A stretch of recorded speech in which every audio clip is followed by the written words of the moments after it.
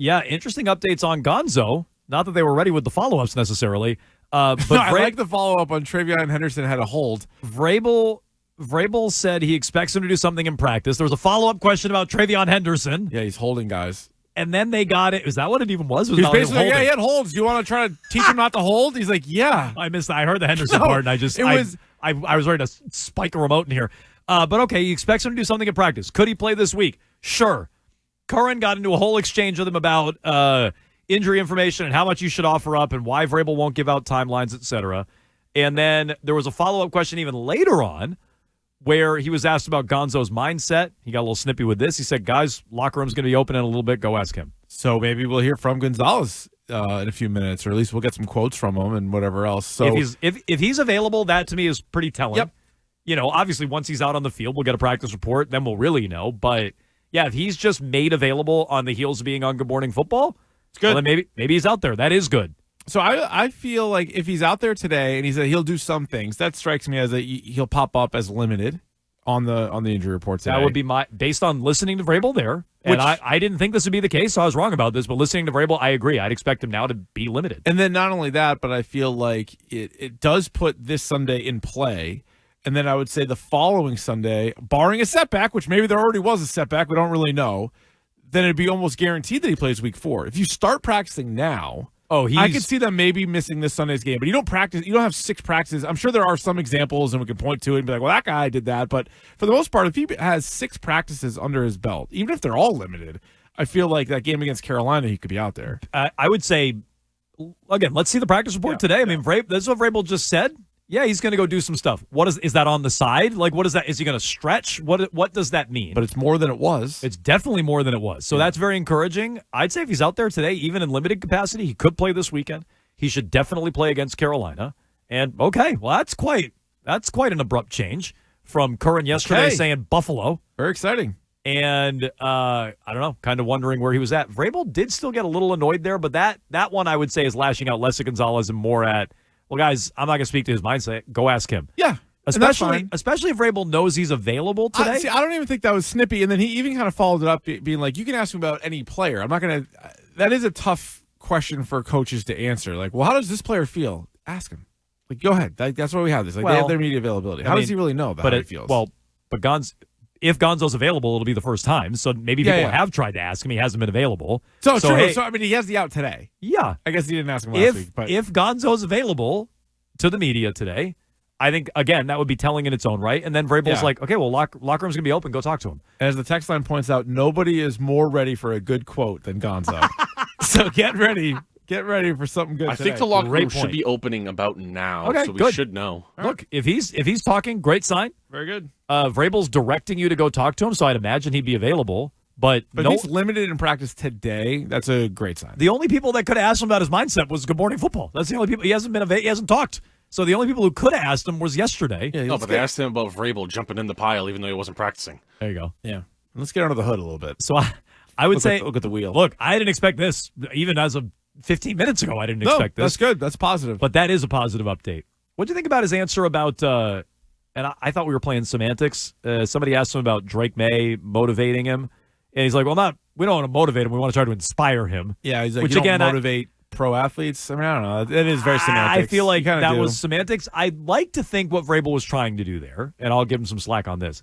I'd like to think he doesn't want to be seen as taking credit for something that a player is doing. I did feel like it was an odd answer, though, because didn't he say something to the effect of, like, if your motivation is to win a title, it's like, that's sort of the baseline for everybody. And I know, unfortunately, it's not. He also was like, if your motivation's to date the head cheerleader, even better, he said. Yeah, I guess. But I'd like to think, maybe I got to give it a re-listen, but I'd like to think what he meant there was, well, yeah, I mean, if Drake plays well, it's not because of me motivating him. I like to think is what he was at least trying to say there. That could be right. Anything else jump out? Yeah, those are the two. All the Gonzo stuff and then the mindset stuff with Drake were the two I highlighted. Yeah, I think another one would be Terrell Williams. Seems like he's improved, but it may be another situation where Zach Kerr is in charge of the defense again on Sunday. I think definitely. Almost definitely. He said he's feeling better. He's around. Want to get some continuity. Situation will probably be fluid. Yeah. Got to stick to the same plan as last week. We don't want to get into a situation where he's not out there one week and then out there the following week and basically –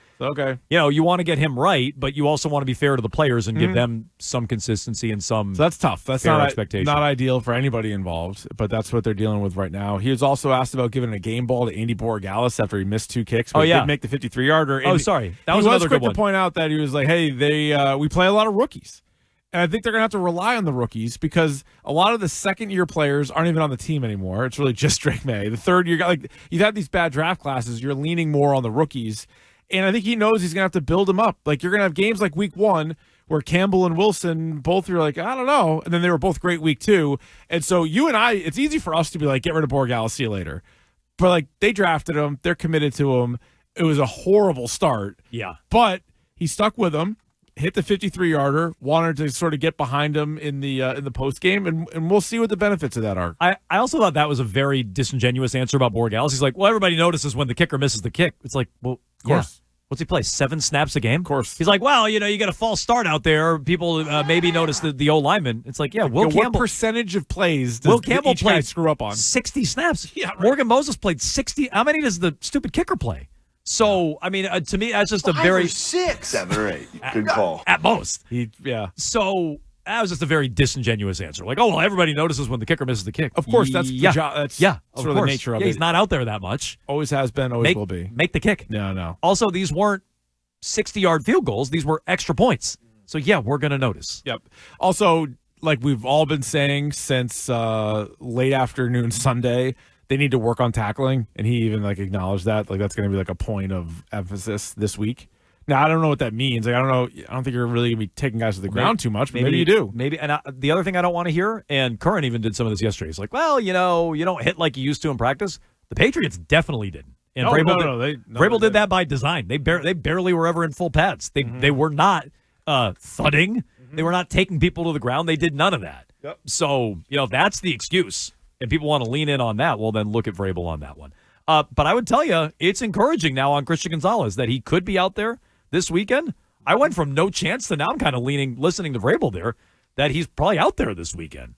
If he's out there, how much does that change your stance on their chances this week? Let's say, even better. Fast forward to Sunday. Yeah. I already felt like they'd win this game, but I feel much stronger about that if he's out there. Oh, much stronger, because it feels like even if he's out there, and we saw it when he was in Seattle. But DK Metcalf, you can have good stop, 60-yard touchdown to DK Metcalf. And you're like, you're doing everything well. You're about to force a punt, and then he has a 60-yard touchdown. You have a guy like Gonzalez out there. Well, that chance is still in play, but it goes down significantly. Okay. First question, too, was about winning back-to-back. I think Gonzo gives him a better chance to do that. I liked actually Vrabel's answer a lot about that because he's been asked. That was good, too. He's just like, listen, there are a lot of stats out there that I'm not super familiar with, nor do I need to be, basically, because it's like. A lot of stats I'm not familiar with or concerned with. Yeah. Which is true because, hey, this hasn't happened since 2022. He's like, great. I wasn't here for that. I wasn't here last year. Wasn't here the year before. There are a lot of bad stats about not winning back-to-back games, not winning, not having a winning season, all these different ones that you can present to him, but he really shouldn't care about it. It doesn't affect him. Robert Kraft might be more interested in it. He's lived through all of it. I'd say it should be a good goal of his to put an end to some of those streaks. Well, yeah. But those are not his fault. That's true.